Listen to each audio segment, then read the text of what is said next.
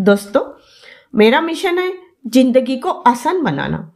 कम समय में ज्यादा स्मार्ट तरीके से काम कैसे करें, यह आपको बताना। इसी कड़ी में आज मैं लेकर आई हूँ कुछ ऐसे टिप्स जो आपका टाइम और मनी दोनों बचाएंगे। नमस्कार, स्मार्ट टिप्स विद ज्योति में आपका स्वागत है। तो आइए शुरू करते हैं।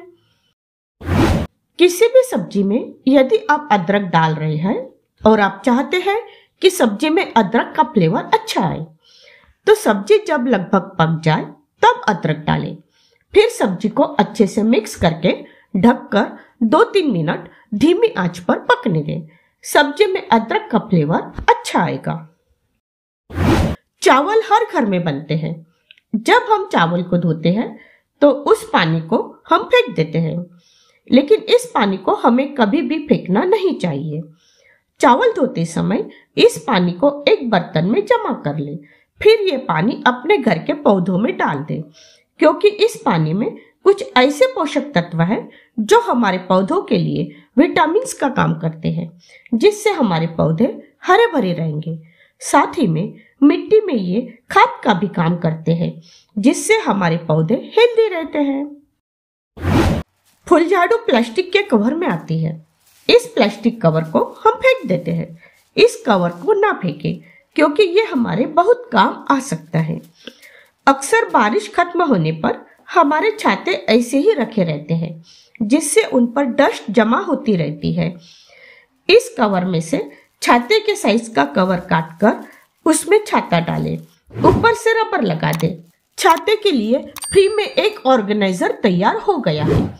इसके लिए न ही हमें एक पैसा खर्च करना पड़ा और न ही ज्यादा मेहनत हुई। हफ्ते में कम से कम एक बार पोछे के पानी में नमक जरूर डालें। पोछे के पानी में नमक डालने से मक्खी, मच्छर, चींटियां आदि कुछ हद तक कम हो जाएगी। फ्लोर बैक्टीरिया फ्री होगा, घर से निगेटिव एनर्जी दूर होगी।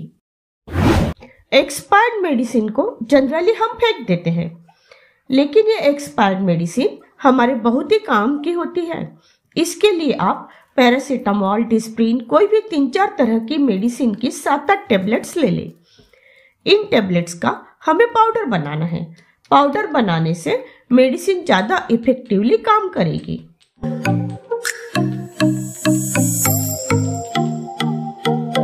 मैंने गैस पर पानी को बॉईल होने के लिए रख दिया था। मेडिसिन के पाउडर को इस गर्म पानी में ऐड करें। ऐड करने के बाद बीच बीच में इसे चम्मच से हिलाते हुए 1 मिनट और बॉईल करें। ये एक सॉल्यूशन तैयार हो गया है। इस सॉल्यूशन को हम यूज करेंगे किचन के सिंक में। दोस्तों, कई बार ऐसा होता है कि किचन सिंक जाम हो जाता है। ऐसे वक्त हमें बहुत ही ज्यादा समस्या का सामना करना पड़ता है। इसके लिए हम विनेगर, बेकिंग सोडा आदि का यूज करते हैं। तो उसकी जगह यदि आप इस सॉल्यूशन का यूज करेंगे तो आपको बहुत अच्छा रिजल्ट मिलेगा। इस गर्म पानी को आपको सिंक में एक साथ नहीं डालना है, इस तरह थोड़ा थोड़ा करके डालना है। ये सॉल्यूशन डालने के बाद सिंक में आपको आधे घंटे तक कुछ नहीं डालना है, मतलब सिंक में हाथ तक नहीं धोना है। आपका जाम हुआ सिंक खुल जाएगा। इसके लिए आपको प्लम्बर को भी नहीं बुलाना पड़ेगा। है ना आम के आम और गुठलियों के दाम वाली बात। जाम सिंक खुल भी गया और एक्सपायर्ड मेडिसिन का यूज करके हमने अपने पैसे भी बचा लिए। हम पिलो पर पिलो कवर तो यूज करते हैं, लेकिन पिलो यूज करते करते कुछ दिनों बाद वे इस तरह गंदे हो ही जाते हैं। हम बार बार पिलो चेंज नहीं कर सकते, तो क्या करें? एक पुराना पिलो कवर लेकर उसे पिलो पर चढ़ा दें। फिर आपको पिलो पर जो पिलो कवर चढ़ाना है वो चढ़ाएं। ऐसा करने से हमारे बालों का तेल या डस्ट आदि डायरेक्ट पिलो पर नहीं लगेगा, जिससे हमारा पिलो लंबे समय तक अच्छा रहेगा।